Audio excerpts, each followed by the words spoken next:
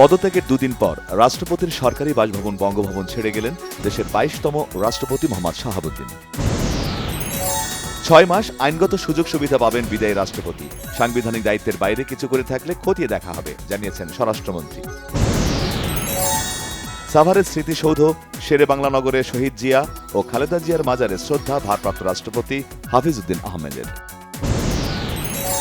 পদোন্নতিতে রাজনৈতিক মতাদর্শ বা ব্যক্তিগত পছন্দ নয়, গুরুত্ব দিতে হবে পেশাগত দক্ষতা ও সততাকে। দেশের চা শিল্পের বিকাশ, উৎপাদন সক্ষমতা বাড়ানো এবং শিল্পের দীর্ঘদিনের সমস্যা সমাধানে সহযোগিতার আশ্বাস দিয়েছেন প্রধানমন্ত্রী তারেক রহমান। দেশ, রাষ্ট্র এবং জনকল্যাণে ইতিবাচক রাজনীতি করার আহ্বান জানিয়েছেন এলজিআরডি মন্ত্রী ও বিএনপির মহাসচিব মির্জা ফখরুল ইসলাম আলমগীর। কক্সবাজারের আলোচিত কমিশনার একরাম হত্যা মামলায় পলাতক সাবেক প্রধানমন্ত্রী শেখ হাসিনা সহ ১১ জনের বিরুদ্ধে অভিযোগপত্র আমলে নিয়েছে ট্রাইব্যুনাল। জুলাই গণ অভ্যুত্থানের সময় সাভারে এপিসি থেকে ইয়ামিনকে গুলি করে ফেলে দেওয়ার মামলায় সাবেক এমপি সাইফুল সহ ১৯ জনের বিরুদ্ধে অভিযোগ দাখিল। গ্যাস সংকটে বিপাকে রাজধানীর যানবাহনের চালকরা, ঘণ্টার পর ঘণ্টা লাইনে অপেক্ষায়ও মিলছে না কাঙ্ক্ষিত গ্যাস।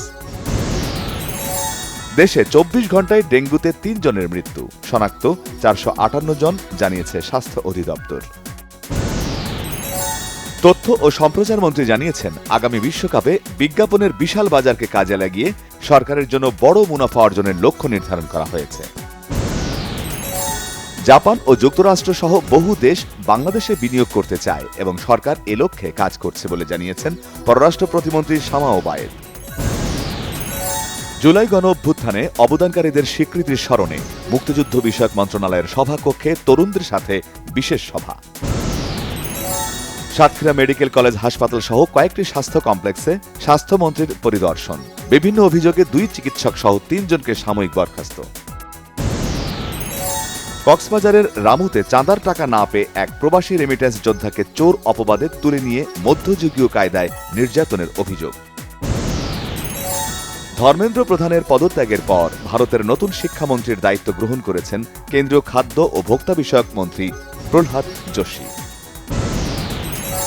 কাস্পিয়ান সাগরে ইরানের বাণিজ্যিক জাহাজে ইউক্রেনের হামলায় এক নাবিক নিহত, হামলার দায় স্বীকার করেছে কিয়েভ। অস্ট্রেলিয়ার বিপক্ষে 2 টেস্ট সিরিজের জন্য 15 সদস্যের দল ঘোষণা করেছে বাংলাদেশ, শান্ত অধিনায়ক, সহ অধিনায়ক মিরাজ। বিশ্বকাপের পর বিশ্রামে থাকা মেসি খেলবেন না MLS অলস্টার ম্যাচ। নতুন কুড়ি স্পোর্টসে ছেলেদের বিভাগে ফুটবলে সেমিফাইনালে সিলেট ৩-০ গোলে রাজশাহীকে এবং ময়মনসিংহ ১-০ গোলে হারিয়েছে রংপুর অঞ্চলকে।